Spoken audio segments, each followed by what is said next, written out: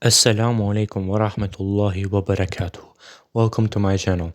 In this video, we'll be discussing about the topic of if Sheikh Muhammad Abdul Wahab rahimullah was a British spy, and we'll be reviewing the only dalil and the only book that discusses this topic.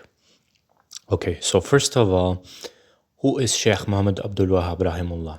Sheikh Muhammad Abdul Wahab was a Sunni Salafi Athari scholar who followed the Hanbali madhab, who followed Ibn Taymiyyah rahimullah and other great scholars. He was born in Saudi Arabia, Najd, and during his active years, there were many mushriks and polytheists who worshipped graves, stones, rocks, and many other things, including the Muslim rulers at that time.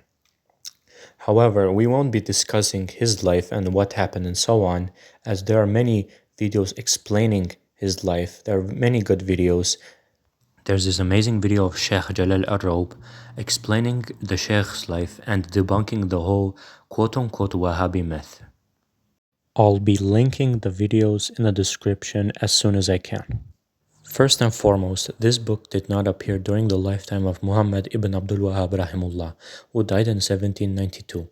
Instead, it surfaced more than a century later, most likely around the early mid-20th century, within the Ottoman Empire or among its remnants, which immediately raises questions.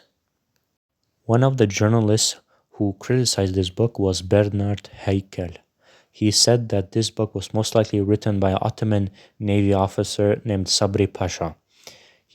This book was included in one of his books, but there's also a possibility that this was written by a Shia from Iraq. There's also George Packer, who is also a journalist, has characterized Hemper's memoirs as probably the labor of a Sunni Muslim author whose intent is to present Muslims as both too holy and too weak to organize anything as destructive as quote-unquote Wahhabism.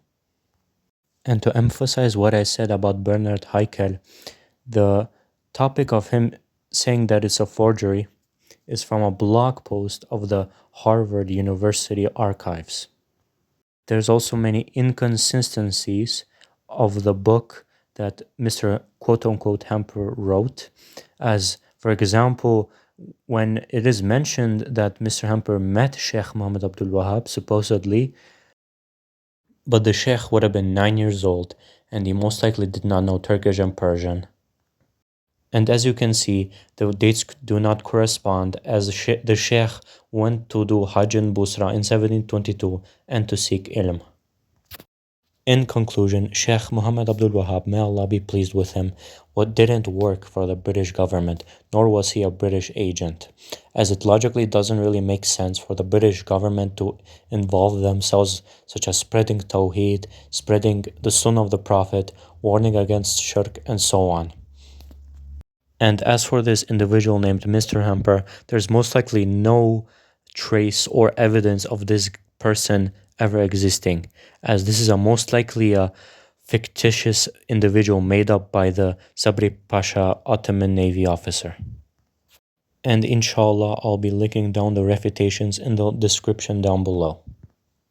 One more thing to note, we Salafis do not follow Sheikh Muhammad Abdul Wahab rahimullah or Ibn Taymiyyah rahimullah.